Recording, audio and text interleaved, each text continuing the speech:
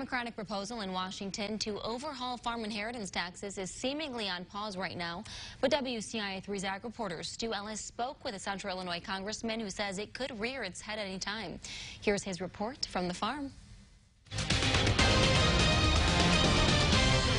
Congressman Darren LaHood earlier this week visited the Logan County farm of Ron Kindred and said members of Congress from rural areas on both sides of the aisle resisted changing the proposal to eliminate the step-up in basis at the time of farm inheritance. Stepped-up basis and the changing of that was proposed by the Biden administration. There was a lot of pushback. I listened to Ron and a lot of other farmers.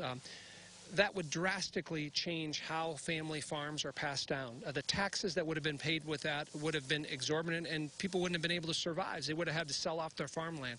We couldn't have that happen, so we pushed back. The Biden administration, thankfully, took that out.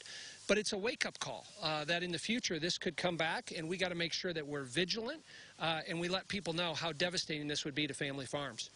And 1031 apparently is part of the continuing formula for taxing opportunity? It is. The Democrats in their proposed social infrastructure bill want to change how you do the 1031 like-kind exchanges. Again, it's very important to understand how family farmers use that when they buy a piece of land or sell a piece of land and get another one. Again, we got to be very, very careful about the collateral damage that's done to family farms because of that. A lot of my colleagues in Washington, D.C. that know nothing about agriculture think all farmers are rich and they're wealthy because of the price of land. What they don't realize is the investment that gets put into these combines and all the equipment that's on this property here and how much money they're in debt on all this. So I've tried to take that message back, tried to educate my colleagues on that, the devastating effect that the changes to 1031 and the stepped-up basis, how that would affect our farmers.